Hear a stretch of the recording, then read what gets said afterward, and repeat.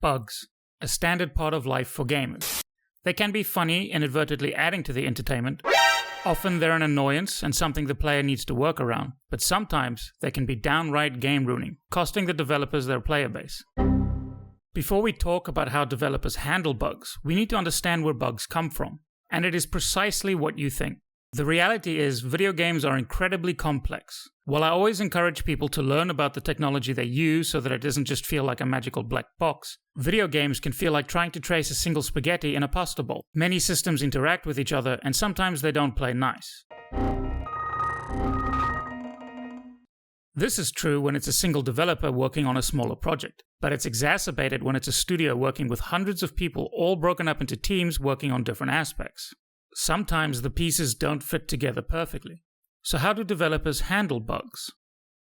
Triage. Video games are complex to design and develop in their own right, but this is still a business. For developers to earn a living, there needs to be money coming in. In other words, at some point, a game needs to sell. At some point, the timer stops and the game gets pushed out to the public. Because you're working on a timer, there often isn't enough time to iron out every rough edge that may be lurking in a game. So you need to prioritize. The top priority would be game-breaking bugs, which prevent the game from functioning. After that are issues that make the game uncomfortable to interact with. Bugs that can cause the player frustration and trip up their enjoyment of the game, but the game can function with these issues. Then there are the more minor bugs that won't trip up the player and don't stop the game from working, but are just different systems not working as intended. And lastly are the bugs that most people will never see, which are hard to replicate and seem intermittent. Studios, along with every other YouTuber, will create a tier list of known issues in their game and will work top-down as best they can while they still have time. The remaining problems are often referred to as known shippable. The bug is known, but we can ship the game with it. Okay, I hear you say, but why don't developers fix their game after it's shipped? We have the technology, why can't they just create patches to smooth everything out? While developers will do this, especially for game-breaking issues that either snuck through or the developers didn't have time to fix, it's rarely worth it for developers to work on bugs after the game is shipped.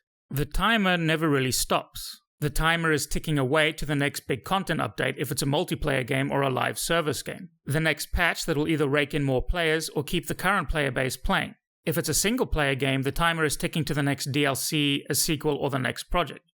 The timer always ticks to the next payday to ensure the lights stay on. But here is where the system breaks down.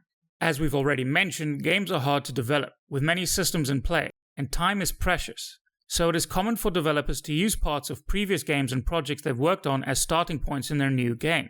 Those parts include the previous bugs, and to add salt to the wound, it's harder for a developer to argue for the time to work on those bugs when previously they were deemed known shippable. They were considered not a big enough issue to take the time and money to fix, and it can be shipped in the game. So now you have a starting point that is already full of known bugs, and you add your next iteration on top, creating a new set of bugs too. After multiple cycles of this, you end up with a project that is 90% known shippable, 90% bugs and glitches that people have known about for years but have proven not worth the expense to fix.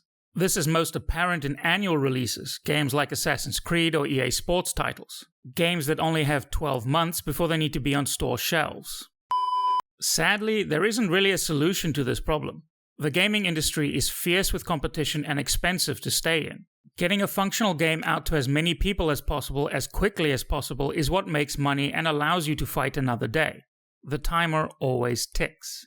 And if you're one of the lucky ones who manage to grab an audience, you need to keep them there with more sequels or content updates to stay in business. I'm a gamer too. I know how frustrating it can be to run into issues in a game, and I'm not trying to excuse developers, and blatant shady money grabs should be called out and often are, as well as games that fall far shorter than the public standard. But I want to dispel this narrative that developers don't care about the game and just want your money. In truth, making a video game is some of the most complex work to complete in technology, and not everything is going to go smoothly. And again, when you add in the business requirements, it's a recipe for issues. But the reality is those game developers could make 4 times the money by taking their skills to a place like Google or Meta.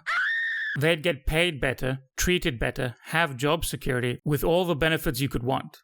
Instead, they stay in a brutal, cutthroat industry that treats them horribly, with fans that send death threats, poor job security, and low pay. Why? Because they love games. Because they're passionate about the same things we are. So the next time you run into a frustrating bug and want to curse the studio that put it there, Try and see the funny side. Try and understand just how unbelievably convoluted and complicated game development is. And think about the people that worked day in, day out to get the game to you. And remember, they're just human.